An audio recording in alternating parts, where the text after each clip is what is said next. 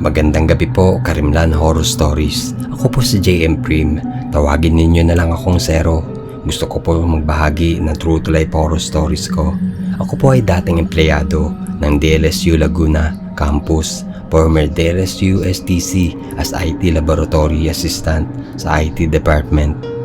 Ito po ang aking totoong karanasan na hindi ko po malilimutan sa buong buhay ko. Sa paaralan na iyon, di lamang sa labas ng opisina, kundi sa iba't ibang lugar sa loob at labas ng campus. Nagsimula po ako mag-work noong December 2013 hanggang August 2017. Umalis na po ako sa aking trabaho dahil hindi ko na po kinakaya ang mga kababalaghan na nangyayari sa aking pwesto sa laboratory na tinatawag na Kiddie Lab. Taong December 2013, masaya ako dahil natanggap agad ako sa trabaho. Dahil tinawagan ako agad-agad para magsimula na, ni walang exam or medical man lang. Nag-interview ang IT department head at requirement lang at naayos ko na lahat, pati ang kontrata. Ang trabaho ko is mag-assist ng mga estudyante kapag may kailangan sila, software application, IT equipment at iba pa. Kapag may sira at may technical problem ang mga computers, the rest is tungkol na sa pagiging IT technical support. Iba pang gawain na ipapagawa sa akin about sa mga classes at IT staff ng IS teachers o ng college professor at ng IT supervisor ko. Isang araw, pinag-overtime ako ng boss ko. Ang pasok ko is 8 AM to 5 PM dahil may pasok ang mga college student ng gabi. I-automatic overtime na ako noon. Natapos ang klase ng 7:30 PM ng gabi. Masaya pa ako dahil dagdag sa sweldo yun. Nung natapos ang klase ay nag-ayos na ako ng computers at nag-shutdown ng mga ito. Nagpatay ng projector at nag-turn off ng aircon. Nasa mataas kami na building kaya ang una mong matatanaw ay yung buong campus. Dahil sa lamin ng harap nito, napatingin ako dito.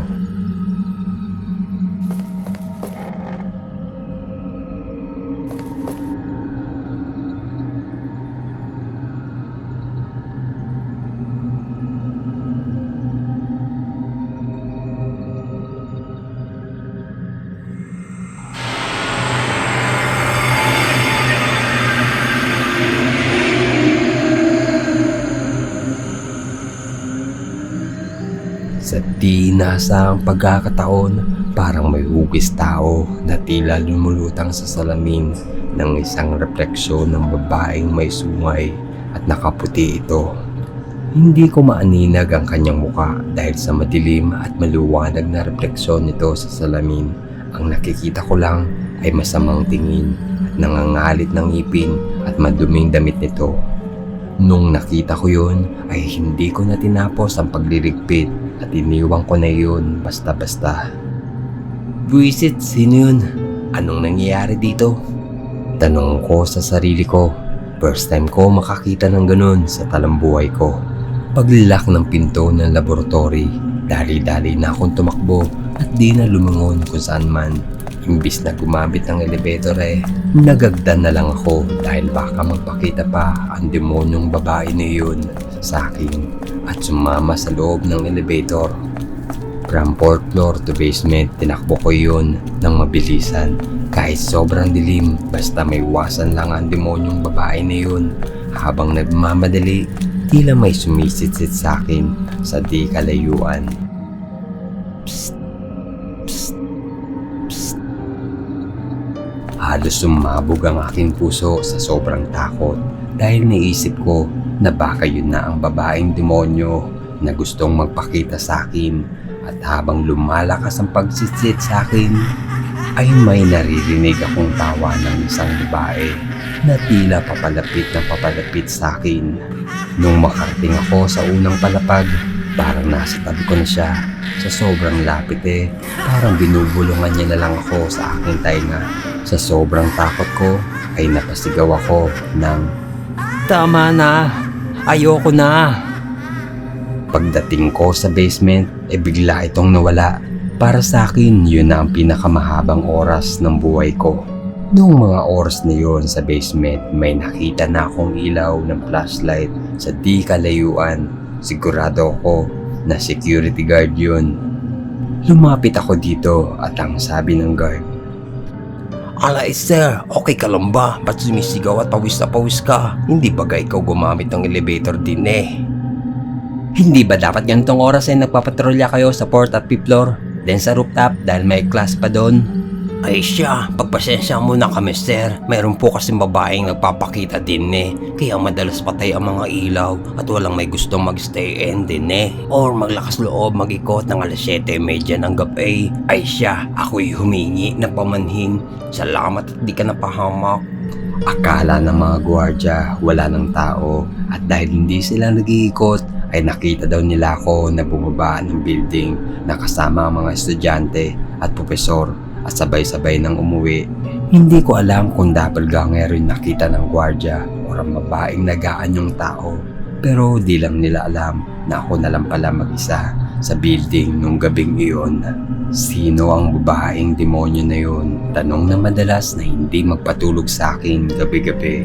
Hanggang sa araw na ito, wala pa rin akong ideya kung sino siya, kung ano ang pakay niya at kung bakit siya nagpakita sa akin. Basta ayoko na mag-overtime ng gabi sa Milagros Building.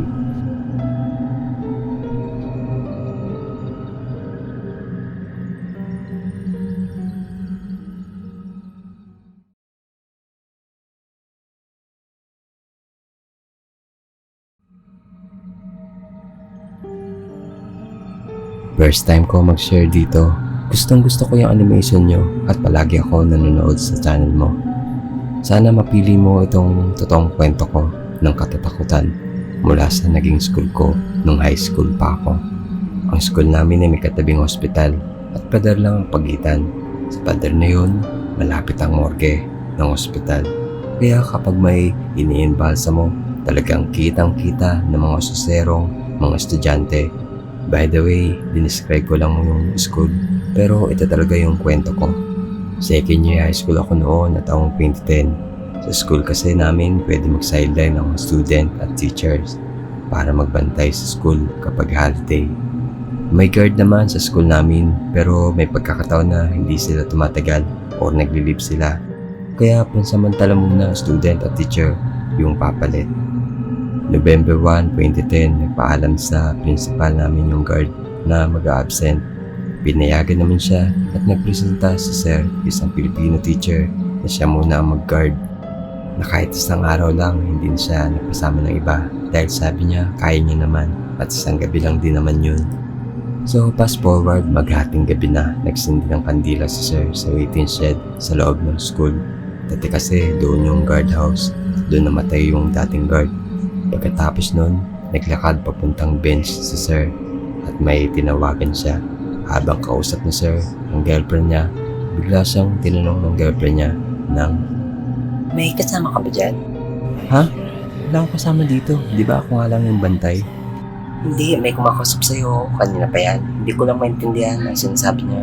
Basta parang galit." Tumindig ang balahibo ni sir sa sinabi ng girlfriend niya. Pero nagpatay mali siya na lang siya. Nagpaalam na siya sa girlfriend niya na tatawagan na lang bukas. Bumalik na si sir sa guardhouse at doon namupo. May isang estudyanteng babae ang naglalakad sa labas ng school. Takang-taka si sir kung bakit ang sama ng tingin sa kanya ng estudyanteng babae na tumitingin na may halong takot. Kinabukasan, balik eskwela na. Nakita ni sir ang babaeng estudyante na masama ang tingin sa kanya nung isang araw. Nilapitan niya ito at pinagsabihan, "Di ba ikaw yung nakaraang gabi na dumaan sa gate? Ba't ang sama mo tumingin sa akin? May galit ka sa akin?" "Sir, sorry po, pero hindi po ikaw yung tinitignan ko noon." "Ha? Huwag kang ganyan, masama yan." "Totoo po sir, may katabi po kayo. Siya po yung tinitignan ko na masama. Nakatitig po siya sa inyo. At isa lang ang mata niya. Gusto ko po sana kayo balaan kaso natakot na po ako lumapit. Kasi mukha po siyang galit na galit habang nakatitig sa inyo." Nanlamig at kinilabutan si sir na malaman ng mga iyon sa estudyante. Kwento ni sir sa kapwa guro niya ang nangyari at ilang buwan pa lang si sir nagturo sa school namin at lumipat na siya sa ibang paaralan.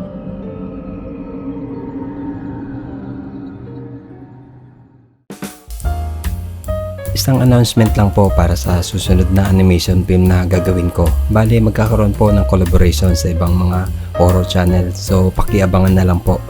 Baka sa November pa matapos. So, hindi po ito yung karaniwang Karimlan horror story style na napapanood ninyo. Gusto ko rin po i-share yung ibang side ng style ko sa art. Bale, 2D pa rin. So, expect nyo po na mas matagalan pa matapos. Sana mabisit nyo pa rin po yung channel ko miski walang bagong upload ngayong buwan. Siguro isang teaser video lang. Then try nyo rin po i-visit yung isa ko pang horror narration channel. Ito yung mga kwento sa Karimlan. Bale, mag-record ako this week para kahit paano merong pa rin content. So, yun lang po. Okay, shoutout segment na. Shoutout kay Ma'am Priscilla Diaz. Mula kay Ma'am Vanessa Riba de Jesus. Waiting po at sana ma-shoutout nyo po ang aming small business na Bones Pride Noodles. Yan po, shoutout sa Bones Pride Noodles. Mula kay Sir TP, idol ko talaga itong channel na to. Shoutout po from Cebu. Aldrin Iglesias, ang ganda po ng videos nyo. Salamat sa story. Pa-shoutout po kay Ronald Adrian at John Mark. God bless po. Next stories po ulit. Mula kay Ma'am Lian Flores, wow, na-miss namin ang casting ng barkadahan ni na Tintin, Princess Bea at Yuan from Burger. More stories pa po, idol. Lagi pa din kami nakabang. Pa-shoutout po ulit sa mga anak ko na si Maddie and Audrey. Marlene Legaspi, shoutout po, Karimlan Story, keep safe and strong. God bless all. Mula kay Sir John Borham Balones, pa-shoutout po, Lods. Lagi ko po itong pinapanood pampatulog ko. Itong videos mo, Lods. Yan, maraming salamat. Yan, shoutout kay Ma'am Princess Carolino. Joanna May Cansado, pa-shoutout po sa Cansado family from Pulo, Cabuyao. Waiting po ako palagi sa mga bagong upload mo, sir. More power po, Karimlan Horror Stories. Shoutout kay Ma'am Darker Joby. Sa mga gustong magbahagi ng horror stories, doon lang po sa Gmail account ko sa karimlanhorrorstories@gmail.com. No space po. NJ Hidalgo, ang galing ng channel na to. May kwento na, may video pa. Sana magkaroon pa ng maraming subscriber tulad ni Sir Neb at Sir Jupiter. Magandang pampatulog mga kwento mo, sir. Sana ma-shoutout mo ako next time. Yan, maraming salamat kay NJ Hidalgo. Shoutout kay Ma'am Ann Carmina Vargas. Shoutout kay Ma'am Yuki UI. Doon lang po sa karimlanhorrorstories@gmail.com kung gusto po magbahagi ng kwento. Maraming salamat po. Reese, pa-shoutout idol. Then, shoutout din kay Shams. Ang sabi ni Ma'am Chester, AAA, pangatlong load ko na to, Lods. Nakinood kasi ako sa iba para updated ako. Hahaha, hirap talaga pag walang sariling phone. By the way, salamat sa another upload mo, Lodi. Tulad ng dati, the best pa rin talaga yung animation mo. Sana sa TV ko na mapanood mga gawa mo, Lods. Ang ganda kasi talaga ng animation mo. Pasigaw ng pangalan ko, Lods. Salamat. Ang sabi ni Kaiti, pasoutout naman po kami, Lods. Watching from Australia, Sophie and Yayi. Pasoutout po, Jester Liwanag, taga-Tagig po ako. Ganda ng videos mo. Yan, maraming salamat kay Jester Liwanag. Mula kay Ma'am Rain Osera. Please consider subscribing and liking the video. Sobrang talented po ng taong nasa likod ng Karimlan Horror Stories. Take note, solo lang po sa nag-animate at nag-voiceover. Grabe, sobrang swerte natin nakapanood tayo ng ganitong superb quality na Tagalog animated horror stories. Kaya please continue supporting this channel. Keep it up, Karimlan Horror Stories will continue supporting you. Kahit na natapos ko na lahat ng videos mo, pinapaulit-ulit ko pa rin. Do not skip ads. Pasoutout po kay Jubel Paidragosa, isa na rin siyang lagi nakasubaybay sa inyo. Yan, maraming salamat po kay Ma'am Teacher Rain Osera. Shoutout kay Jocelyn Labores. Asel Murillo, pasoutout po sana sa next feed. Pinapanood ko po lahat ng vids mo. Ang sabi ni Ma'am Jessa Palad, pasoutout po sa next video. Ang ganda po ng content nyo. More videos po. Ang sabi ni COD Aspect Gaming, grabe ang ganda ng kwento at sa pag-animated. Pa-shoutout po Hardy King at Joker Play lang po sa next videos load. Lagi kong inaabangan mga videos mo. Natalie Garcia, hi po kuya, Karimlan Horror Story. Pa-shoutout po, ang ganda po na kasi ng story. Thank you po. Diana Lynn Paralea Semenes, ito talaga inaabangan ko. Hehe, pa-shoutout Lodi. Peter John Magayon, pa-shoutout po. Lagi ko pong pinapanood ang mga videos mo at nakasubscribe na po ako. Thank you po and keep safe. Joris Kalaunan, hi good day po from La Union, pa-shoutout po. Shoutout din kay Ellie Esguera. Jason Baysa, boss, ganda talaga ng animation mo. Shoutout ulit sa susunod. Shoutout kay Charis Calyora. Then shoutout din kay Lawrence Abagat. Then ang last ay kay Leonel Lahenyo. Yan, shoutout kay Leonel Lahenyo. Sa mga manonood at naghintay ng animation ng Karimlan Horror Stories, patnubayan nawa tayo ng Diyos. So kita-kita ulit tayo sa next video. Maraming salamat!